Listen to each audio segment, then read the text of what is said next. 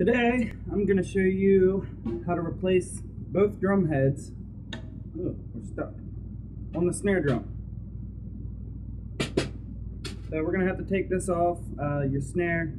We're going to have to pretty much strip it down to where the lugs are the only thing left and the hardware.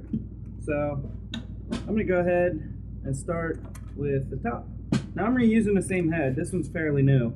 I'm just doing this for demonstration purposes only. So I'm actually going to reuse both of my heads. So I'm going to be a little careful here while I take this one off. Use the same technique that you use when you tighten it. Just go back and forth. That what will happen if you start at one side, this side's tight, you started loosening these on this side, what it's going to do is it's going to pull the head over this way, could warp it a little bit. That's why you're actually supposed to tighten them across from each other. That just evens out the tension so the drum head won't warp at all, and the glue on the actual rim of the drum head won't let loose. So on that note, we'll get to it.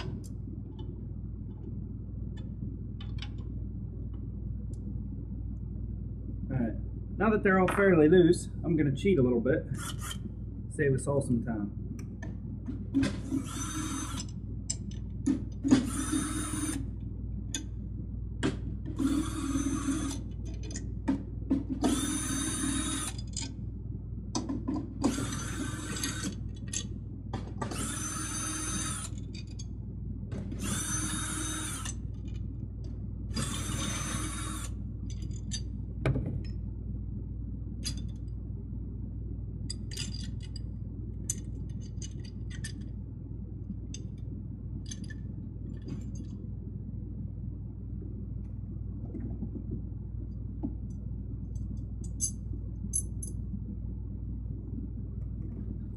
Now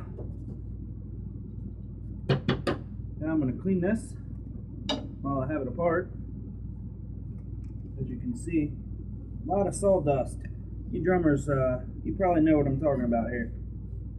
You should see the carpet. Everyone says it looks like a woodchuck lives on it. Now, on this side, like I said, I'm going to loosen this. I demonstrated how to change this in a previous video, so if you want details, I'm not going to go into it on this video.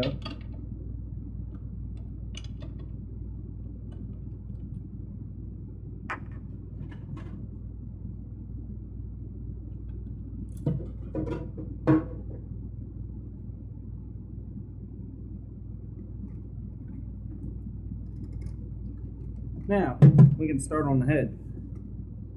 I'm going to do the same thing, and actually I wouldn't recommend this, but I know what I'm doing.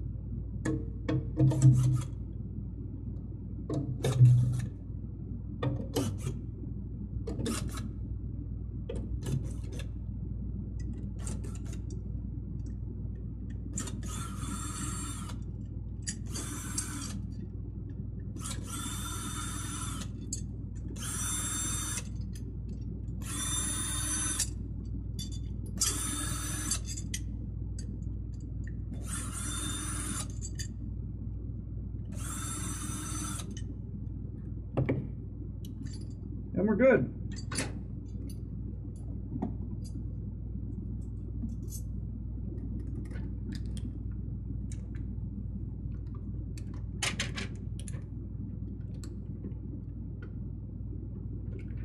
So, we got a bare snare drum, just the shell and the hardware. That's it.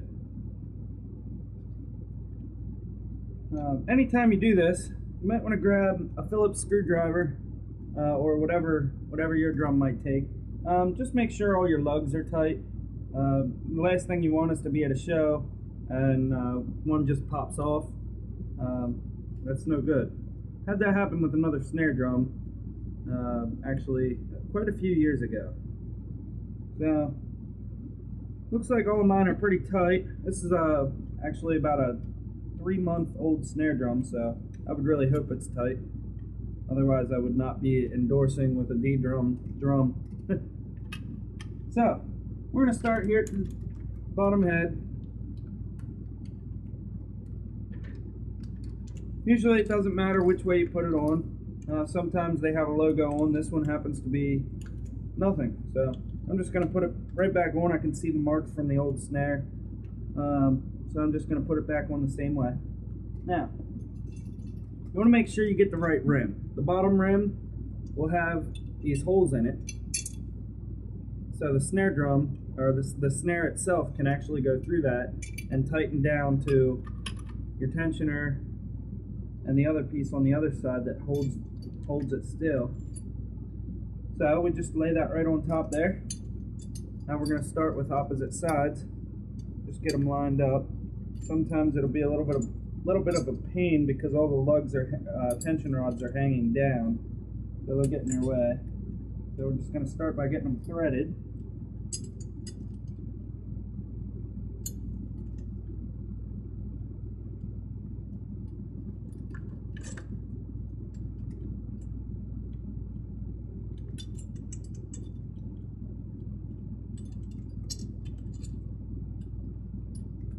Alright, we got them all on. Now it's loose, so you can actually position it so that each tension rod is directly through the center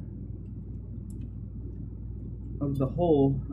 The hole on these are die-cast hoops, so they're a little oblong. Some of them are a little smaller and they can only go in one way. Or there's no play, rather.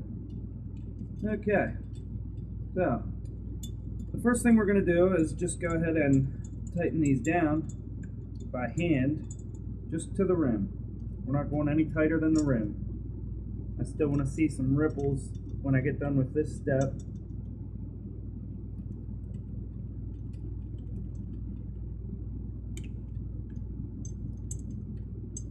And we're always doing the opposite ends, this end and this end. That one's good.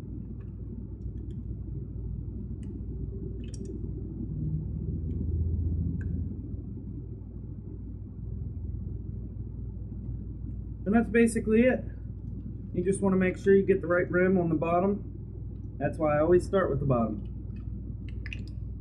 And you got your top head. That goes on just the same way. And I have another video that explains how to tune the head, or both heads, and assemble the snare back on. So I'm not going to waste your time. That's it.